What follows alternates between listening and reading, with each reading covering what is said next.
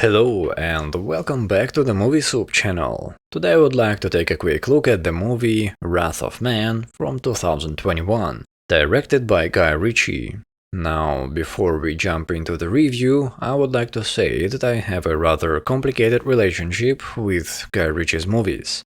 Some are in my top 10, like Snatch and Lock, Stock. Some were a forgettable watch, like Sherlock Holmes and Rock'n'Rolla, and others, well, we are going to speak about one of the others today.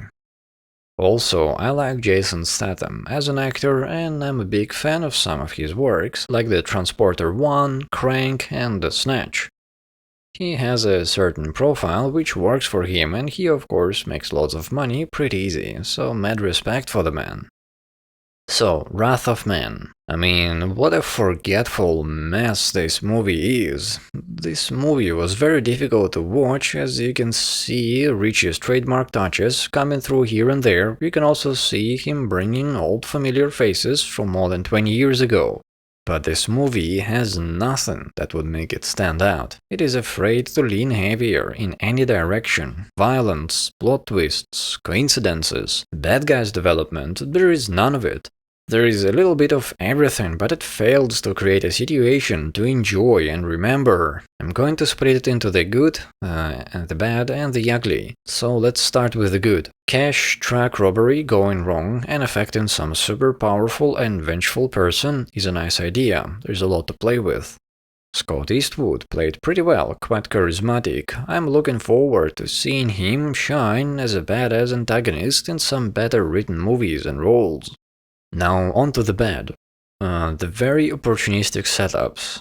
If the military crew was so smart, why would they get so greedy so fast? Disorganized cash trucks, business with obvious glaring mistakes. And now to the ugly. The fancy gangsters, none of their actions make any sense, or even their reaction to the revenge war that H initiated. I mean, some of the actions were too much for them, but how the hell did they get to their positions to the top of the game, building their empires? Also, if they are so powerful and badass, why do they have to go on the jobs themselves, quite literally, and even having their boss on the lookout?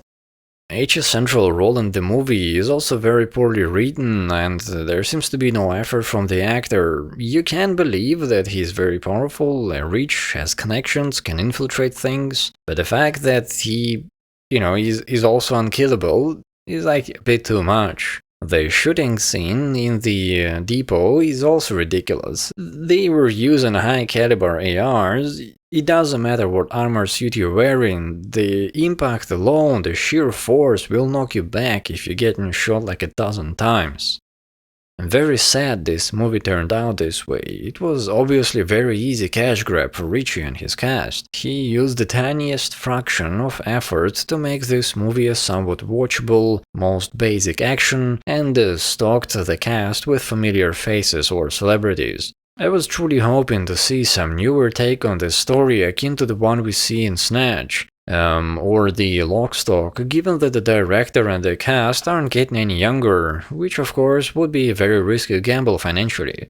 But it seems that good old days are going to remain good old, and the newer works are made for the sake of making. At least by this group. Well, I hope you enjoyed this review, and as always, goodbye.